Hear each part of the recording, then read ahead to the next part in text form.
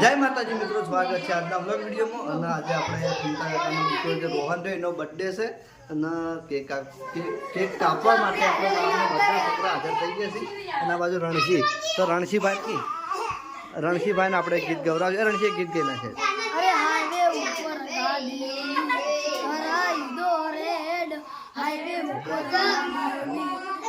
બરોબર, રાઈટ ગાવા. બર્થડે આવે ઉપર કાપો. આ તો બહુ મસ્ત ગીત ગાયો મેલા.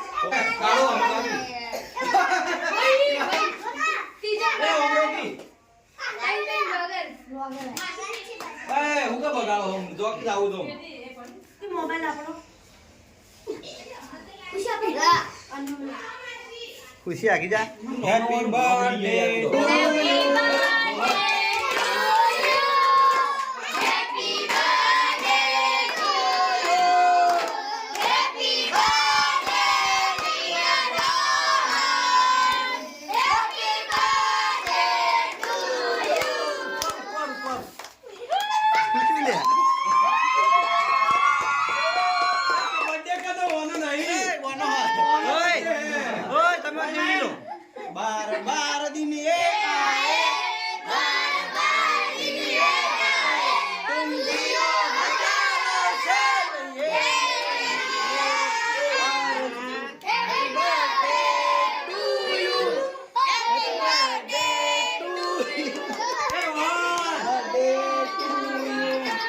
Happy birthday to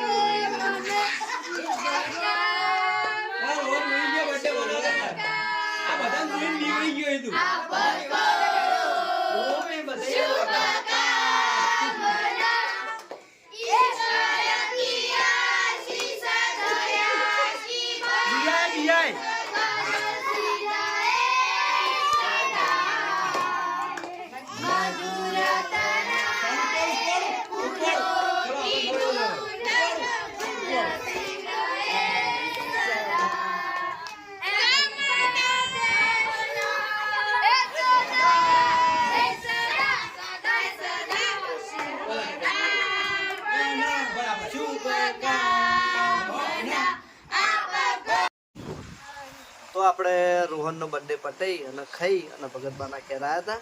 તો આ બાજુ ભગતબા ખાતું બાજી ખાઈ રહી. ભગતબા આમ તો 8:30 વાગ્યા સુધી તો એકણ જ હોય છે, ઝાડાપાન ઘેર જ બેઠા હોય છે, એટલે એમને ખાવાનું થઈ જાય મોડું. અને આ બાજુ ગીગલી, કાલે મેં એને કીધું હતું કે મુલ્લા તને નવીન નોટ લઈ આવ્યો, તો હું આજે લગભગ હું ભૂલી ગયો, મને યાદ આવી નહીં. તાજે એમ કહેશે કે મને આજ નેહાલમાં બેનને એવું કીધું છે કાલથી નવીન નોટ લઈને આવજે, નકર નેહાલમાં પહેવા દેયો નહીં. ટ્યુશનમાં નહીં ને, ટ્યુશનમાં નવીન નોટ કીધી ને, એવું આજે જ કીધું ને. હા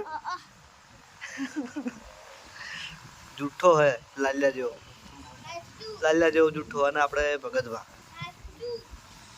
આપણે આમ કહેવા છે ને તો આરતી ભરતી રામાયણ કહો, આરતી ભરતી ગીતા કહો કે આરતી ભરતું મહાભારત કહો, બધી અંગત બેરે. જેમ કે આપણે હિન્દુ ધર્મમાં આવતા જે ધાર્મિક પુસ્તકો આવે ને, 4 વેદના 18 પુરાણ ને, 4 વેદના 18 પુરાણની અંદર કોઈ એવું પુસ્તક નહીં હોય જે ભગતભાઈ વાંચ્યું નહીં હોય ને એના વિશે ભગતભાઈને ખબર નહીં હોય. શબ્દની અંદર રમતો લઈ લીધી છે. અંદર જે શબ્દ આવે ને, શબ્દની રમતો છે.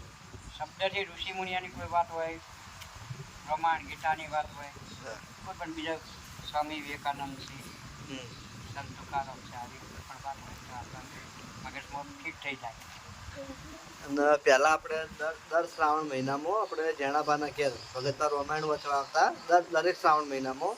અને અમારા વાહના આખા કુટુંબના બધા સભ્યો બેસીને રામાયણ વાપરતા અને ભગતભા વાંચતા. નહીં ભગતભા?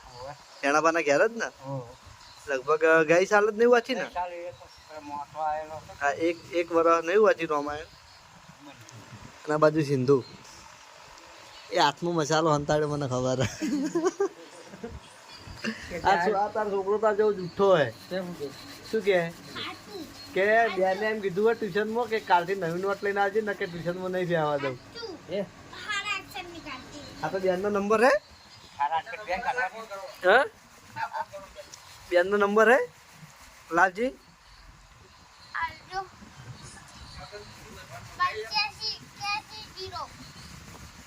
85 81 0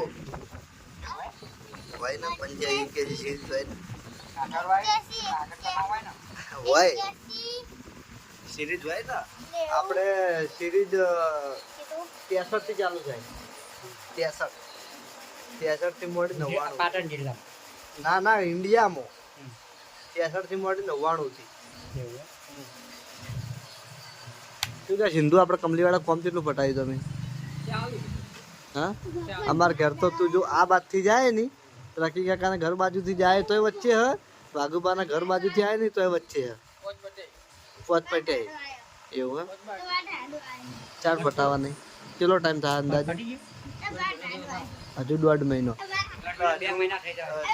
ફોર્મ પટાવતે 2 મહિના થાય એટલે હજુ કમલીવાળા રહેવા જતે તો મોટા મારે 5 મહિના થાય કેમ કે હજુ તો વચ્ચે રોડનું કામ કાજ બાકી છે પછી ગેટ બનાવવાનું બાકી છે બાકી છે અંદાજે 4 થી 5 મહિના હજુ થાય એ નહીં ના એટલા થાય અને સિંધુ ચોકી આજુબાજુ જમીન જોવો છે એ બાજુ અમારા બાજુમાં જ બરાબર તમને ખબર હે કાલ કહેતો તો પેલું હરિયાળી વાળું નહીં કે આપણે જોઈને રાજી ભાગે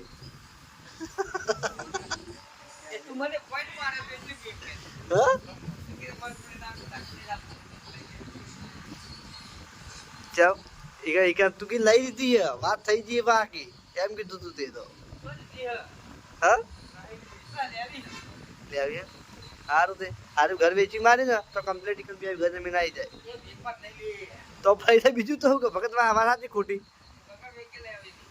એવું હે મજૂરી કરો લઈ ગયા હોતે ના જોવે એવી નહીં કરતા આટલી બધી મજૂરી કરું એ સરકારી પગાર ના એટલો પગાર પાડું મહિને કેટલો પગાર પાડે જાહેર ન હોય